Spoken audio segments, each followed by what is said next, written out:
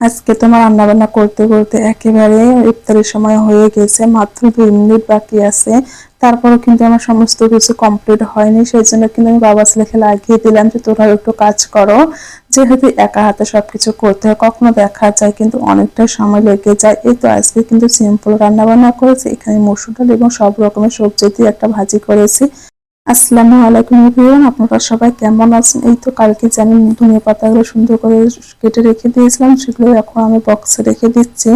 এত পরিমাণে বক্স লাগে আমার কি বলবো, আমি তো সমস্ত কিছু একেবারে বক্সে রেখে দিই, সেই জন্য কিন্তু বক্স অনেক বেশি লাগে।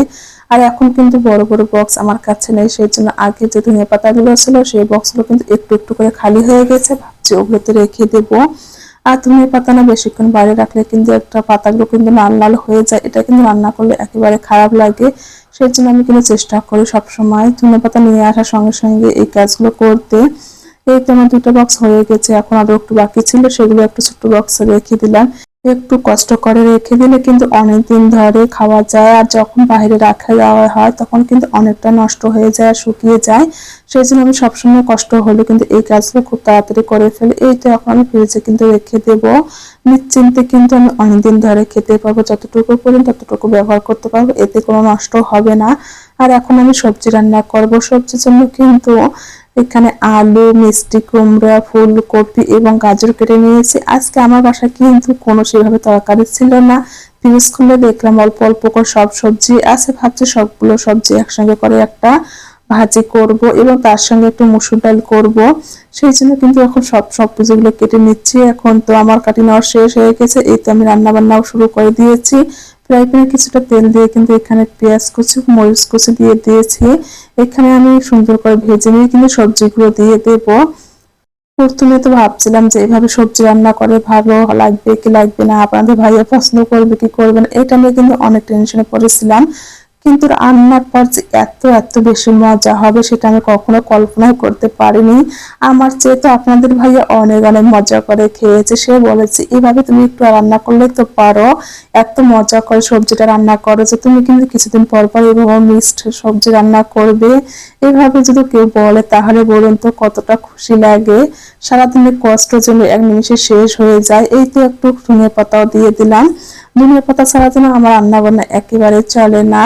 আর সবজিটা কিন্তু আমি বেশি নাড়াচাড়া করবো না, আলতো হাতে আমি কিন্তু নেড়ে চেড়ে দিচ্ছি, যেহেতু মিষ্টি কুমড়া গাছটা কিন্তু খুব তাড়াতাড়ি সিদ্ধ হয়ে যায়। আর ফুলকপিটা কিন্তু সিদ্ধ হতে একটু সময় লাগবে, সেই জন্য কিন্তু আলতো হাতে নাড়াচাড়া করবো না, সবকিছুই ভালো থাকবে, একটাও ভেঙে যাবে না, খেতে কিন্তু অনেক অনেক বেশি মজা লাগবে। আর আজকে না আমি রান্না বান্না শুরু করছি একবারে শেষ সময়, এত তাড়াহুড়া করে রান্না বান্না করছি, কিন্তু আজকে আমার বুট রান্না করাও ছিল না। ফ্রিজ থেকে কিনে বুটগুলো নামিয়ে নিয়েছি। আর বুটের সঙ্গে তো কিছুটা আলু দেবো, সেই আলুগুলো সুন্দর করে কেটে কেটে নিয়েছি। আর আজকে আমি এত বেশি রেগে গেছি, আপনাদের ভাইয়া আসার পর কিন্তু আমি আর কথা বলিনি। আপনাদের ভাইয়া কিন্তু বুঝতে পেরেছে যে আমি একটু রেগে গেছি, সেই জন্য কিন্তু ওরা বাবা ছেলে মিলে কাজ করতে শুরু করে দিয়েছে। আর আজকে মুড়ি শেষ হয়ে গিয়েছিল, এই তো আপনাদের ভাই 1 কেজি পরিমাণে মুড়ি নিয়ে এসে সেগুলো সুন্দর করে ঢেলে নিচ্ছি। মেয়েদের কত কাজ সারাটা দিনটা সেটা কিন্তু করতে হয়, তারপর দিন শেষে অনেক অনেক কথা শুনতে হয়।